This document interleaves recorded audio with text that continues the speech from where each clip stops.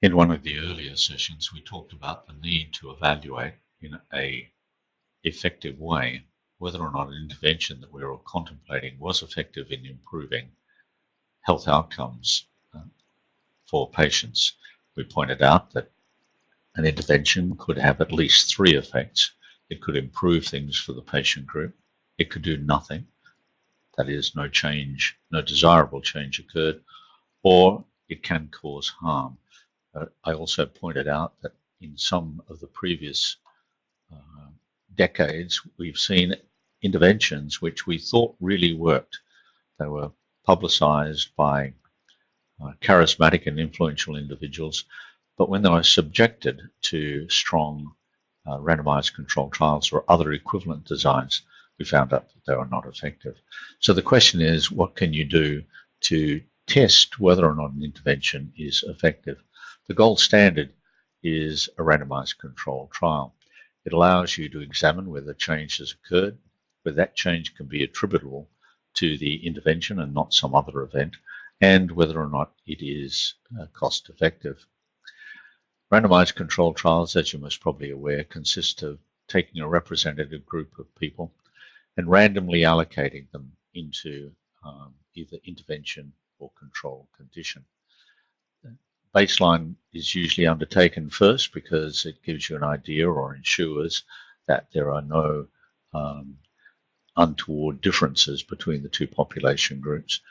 You put in your intervention, and the control group does not get the intervention. It usually gets usual care, and then at a time determined by expectations about potential changes, you do the follow-up outcome measures.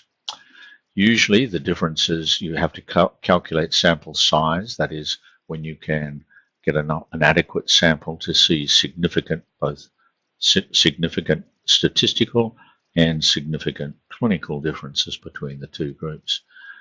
Don't trust me on this, but often that number might be somewhere between 100 and 200 people, but you can get a biostatistician to help you in making those decisions for power sample size, and you should involve them very early in the evaluation phase.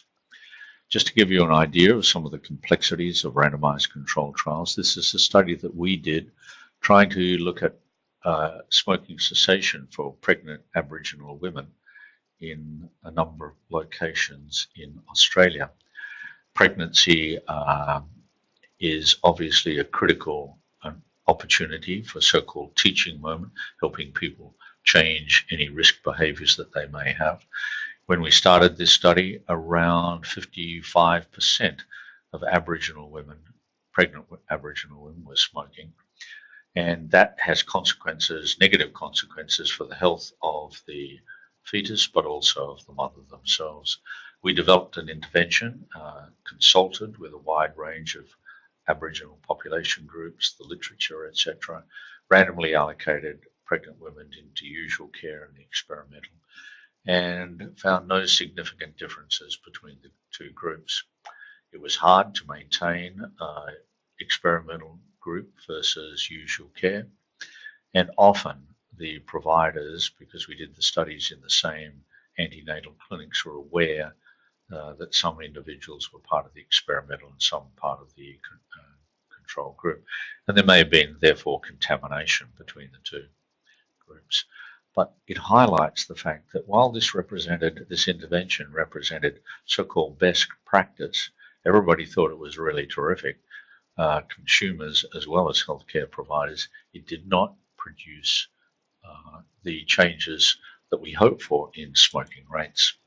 So the advantage of the randomized controlled trial is it's a very accepted methodology, comes out of the drug area, and has got a good credentials and convinces stakeholders, if you can produce a well-controlled trial using randomized controlled trial and your results are good, it is very powerful in convincing them that something might be able to, you should change something. It's really suited for random allocation of individuals. It, as I said, comes out of the drug area, and it is particularly suited because you can just give drugs to some people and not to other people or placebos. The potential problems with it. It's contamination, that is the experimental and the control group. There's a blurring of the conditions for each one. It takes a long time. You've got to do baseline and then do follow-up. In the study that I was talking about regarding smoking, we did baseline as soon as the women came into the clinic and followed them up towards the end of the pregnancy period, and then again 6 months later. So it takes a long time often to get your results. The other thing about it is you develop your interventions or your treatment strategies, you put them into practice, and you've no real idea whether or not they're working. And you've also there's no clarity about what might be happening in the intervention to either make it work or not work. Cluster randomized control trials have become increasingly common as we've come to recognize that the unit of analysis we should be looking at, particularly if we want behavioral change, is not the individual, not only the individual, but also the environment in which that person exists. You need to change the community. If you're going at a community level, you need to change the healthcare system, or at least a practice where you're trying to get a translational research projects underdone. So here the unit of analysis is that unit which you believe is influential in maintaining or needs to be involved if you want to change behavior. So it could be, for example, primary care physicians could be randomly allocated, primary care practices could be randomly allocated, hospitals could be randomly allocated, and communities could be randomly allocated. Same sort of notion, baseline data collection, random allocation into intervention and control conditions, and follow-up at a later stage. An example of this study is, we've done a few of them, and one of them looked at randomly allocating communities to get either an experimental community-based intervention designed to reduce alcohol-related harm. There were 10 experimental communities and 10 usual care communities, and we put in 13 different intervention strategies, and mainly worked on trying to reduce harm, but also reduce demand. These studies, obviously, are both complex to do and very expensive. They have the same problems of individual randomization. They take some time to get completed. It's often quite difficult to be able to recruit people to these studies. Surprisingly or not surprisingly, while you can often get a very high consent rate by patients to be willing to be part of a randomized control trial, it's much more difficult to get providers to agree to that, to being part of a study, and they themselves being part of the, as it were, experimental group.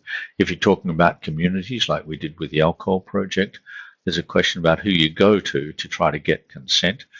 Is it the local mayor, or do you need to ask everybody in that community whether they'd be willing to be part of the intervention?